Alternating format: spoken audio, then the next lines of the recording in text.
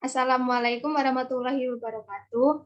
Perkenalkan, di sini kami dari kelompok 2 yang akan mempresentasikan tentang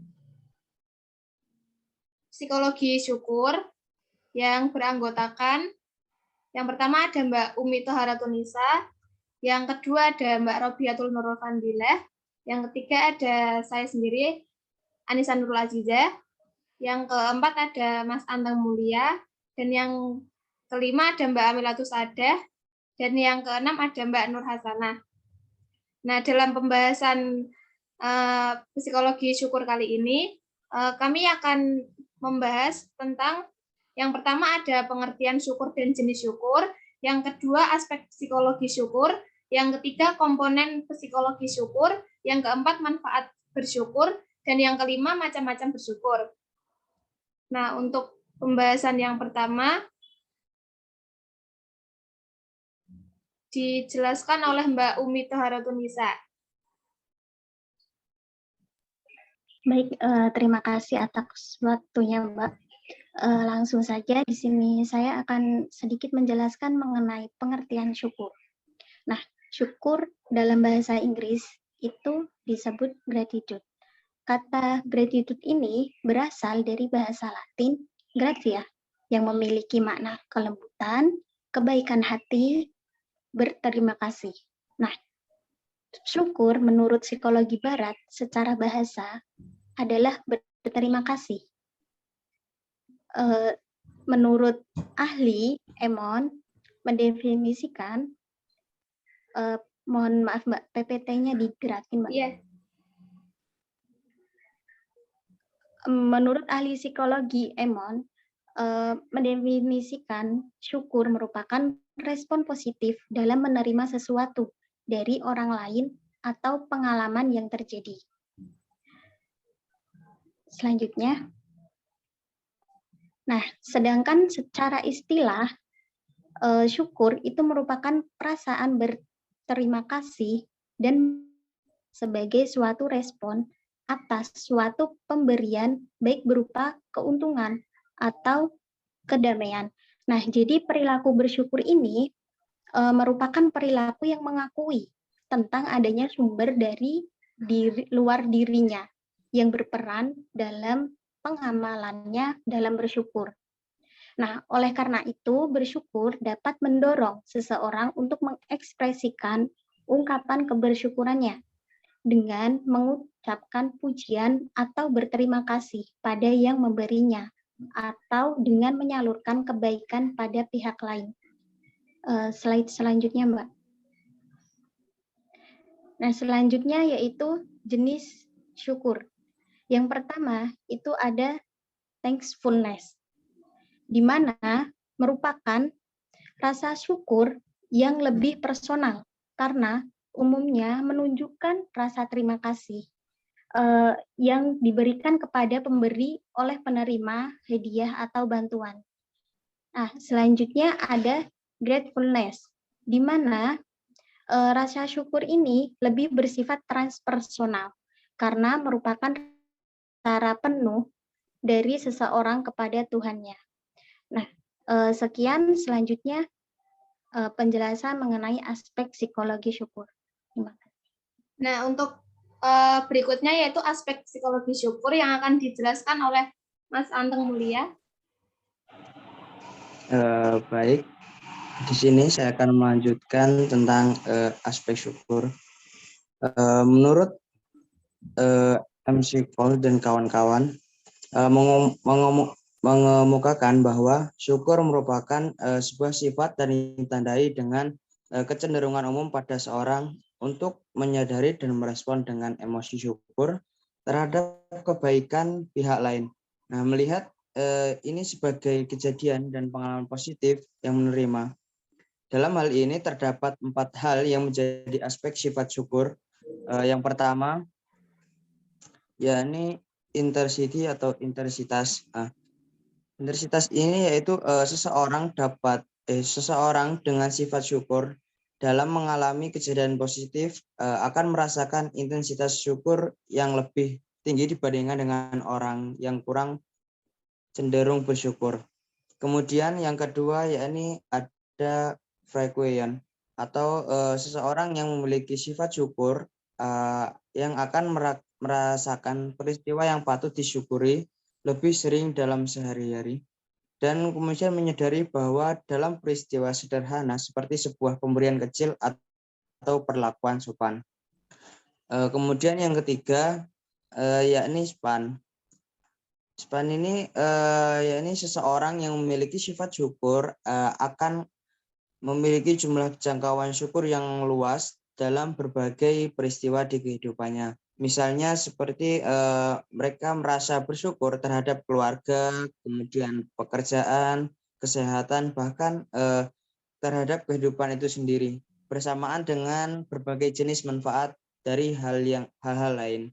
Kemudian yang keempat yakni density atau seseorang yang memiliki sifat syukur akan memiliki pengetahuan mengenal jumlah-jumlah orang yang berkontribusi dalam suatu peristiwa baik. Misalnya seperti hal dalam peristiwa mendapatkan pekerjaan yang baik, seseorang yang memiliki sifat syukur akan menyebut sejumlah orang seperti orang tua, teman-teman, keluarga, dan mentor. Sedangkan seseorang yang sifatnya syukurnya kurang hanya menyebutkan beberapa saja dari suatu peristiwa yang sama, Watkins, Watto, dan Stone dan Close mengungkapkan bahwa sifat syukur merupakan sebuah predisposisi dalam pengalaman syukur. Hal tersebut berarti bahwa seseorang dengan sifat syukur memiliki kecenderungan yang lebih mudah menemukan pengalaman syukur dalam beberapa situasi dalam kehidupan. Mungkin itu dari aspek syukur yang bisa saya jelaskan. Mungkin penjelasan yang lain akan dijelaskan oleh pemateri lainnya. Nah, berikutnya ada komponen syukur secara psikologi yang akan dijelaskan oleh Mbak Robiatul. Ya, terima kasih Mbak Anissa. Di sini saya akan menjelaskan tentang komponen syukur menurut psikologi, di mana menurut Fitzsimmons dan Watkins ini ada tiga.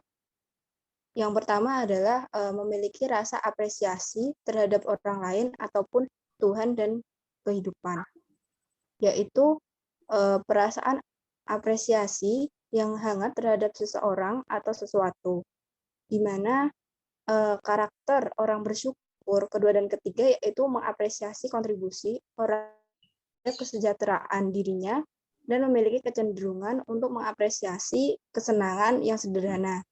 Kemudian yang kedua itu ada perasaan positif terhadap kehidupan yang dimiliki, di mana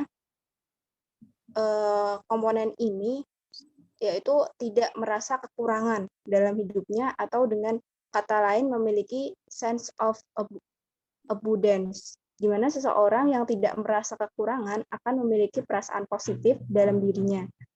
Ia akan merasa berkecukupan terhadap apa yang dimilikinya, puas dengan kehidupan yang dijalaninya.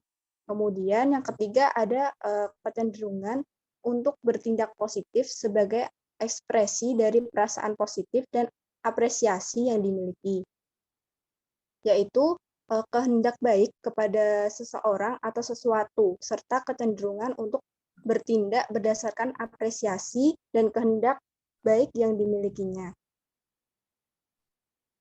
Kemudian yaitu menyadari akan pentingnya mengekspresikan bersyukur. Kemudian ketiga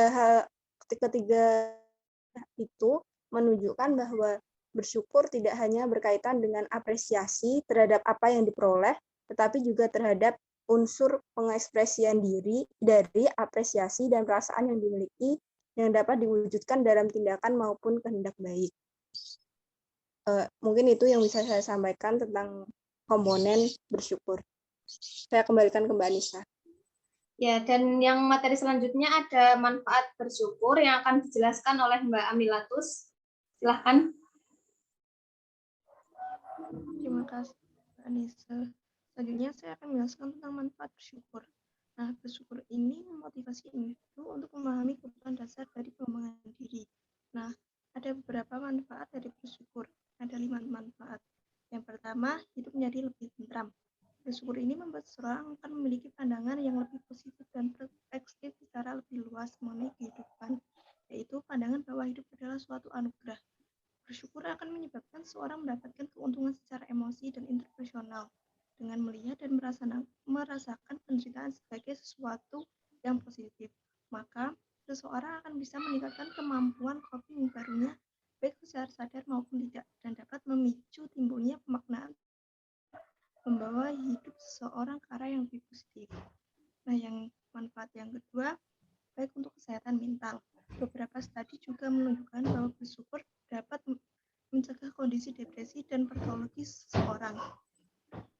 Seseorang yang bersyukur memiliki kontrol yang lebih tinggi terhadap lingkungannya, perkembangan personal. Ini memiliki tujuan hidup dan penerimaan diri. Yang ketiga, mampu berteman dengan baik. Orang yang bersyukur juga memiliki coping yang positif dalam menghadapi kesulitan hidup. Mencari dukungan sosial dari orang lain, menginterpretasikan pengalaman dengan sudut pandang yang berbeda, memiliki rencana dengan memecahkan masalah. Yang keempat, ada memperkuat hubungan dan mampu bersosialisasi yang baik. Bersyukur juga dapat membantu seseorang untuk mendapatkan peningkatan kemampuan dirinya dalam menghadapi masalah dan menemukan penyelesaian yang baik dalam masalahnya. Dan juga dapat bahwa rasa syukur yang dimiliki seorang dapat mendefinisikan beberapa jauh yang mereka bahagia. Yang kelima, dapat mensehatkan jantung. Nah, hasil penelitian menunjukkan bahwa manfaat bersyukur juga dapat menyehatkan jantung karena adanya emosi positif dan apresiasi seseorang. Oleh karena itu juga sangat penting bagi seorang yang mengidap penyakit jantung. Mungkin itu yang saya sampaikan. Saya kembalikan lagi kepada Mbak Anissa. Terima kasih.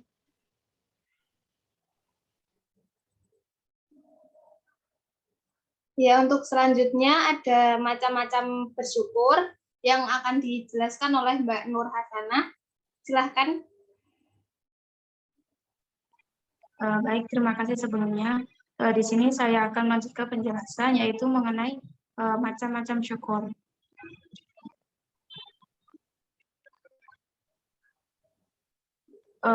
Sebelumnya, hakikat bersyukur itu adalah mengungkapkan rasa terima kasih di dalam hati secara tulus dan mengatakannya secara lisan, serta menerjemahkannya ke dalam perbuatan nyata atas segala nikmat yang diberikan oleh Allah kepada kita. Nah, kemudian perwujudan rasa syukur itu meliputi 3 hal, yaitu pertama, syukur dengan hati atau dengan qalb, yaitu merupakan bentuk pengakuan dengan hati bahwa semua nikmat datangnya dari Allah sebagai kebaikan dan karunia sang pemberi nikmat kepada hambanya. Syukur dengan hati akan membuat seseorang keberadaan nikmat itu pada dirinya, sehingga ia tidak akan lupa kepada Allah Subhanahu wa taala. Kemudian yaitu yang kedua, bersyukur dengan ucapan. Bersyukur dengan ucapan yaitu merupakan sebuah sanjungan atau memuji kepada Allah atas nikmat Allah dengan penuh kecintaan, serta menyebut nikmat itu sebagai pengakuan atas karunia-Nya dan kebutuhan terhadapnya, bukan karena ria atau sombong. Mengucapkan nikmat Allah merupakan rasa syukur. Seseorang hamba yang mengucapkan syukur, maka ia akan teringat kepada Allah dan mengakui kelemahan dirinya. Kemudian syukur dengan ucapan ini yaitu mengakui dengan ucapan bahwa sumber nikmat yang kita rasakan merupakan karunia Allah. Nah, salah satu cara ucapan syukur yang diajarkan dalam Al-Quran dan hadis yaitu kita mengucap Alhamdulillah. Kemudian yang ketiga yaitu bersyukur dengan anggota tubuh. Menurut syara, syukur melalui perbuatan biasanya berbentuk gerakan atau perbuatan melalui kerja dan usaha. Syukur dengan perbuatan artinya memfungsikan atau memanfaatkan semua anugerah yang ada pada tubuh kita untuk melakukan segala aktivitas yang bernilai ibadah kepada Allah. Karena setiap anggota tubuh kita itu memiliki kewajiban untuk beribadah kepadanya. Salah satu yang dapat dilakukan yaitu dengan misalnya sujud syukur, terus kita bersedekah dan kita menjalankan sholat 5 waktu dan lain-lain. Mungkin itu yang dapat saya sampaikan. Selanjutnya saya serahkan kepada moderator. Terima kasih penjelasannya untuk Mbak Nur Hidayah. Sekian dari kelompok 2 tentang psikologi bersyukur. Sekian dan terima kasih. Wassalamualaikum warahmatullahi wabarakatuh.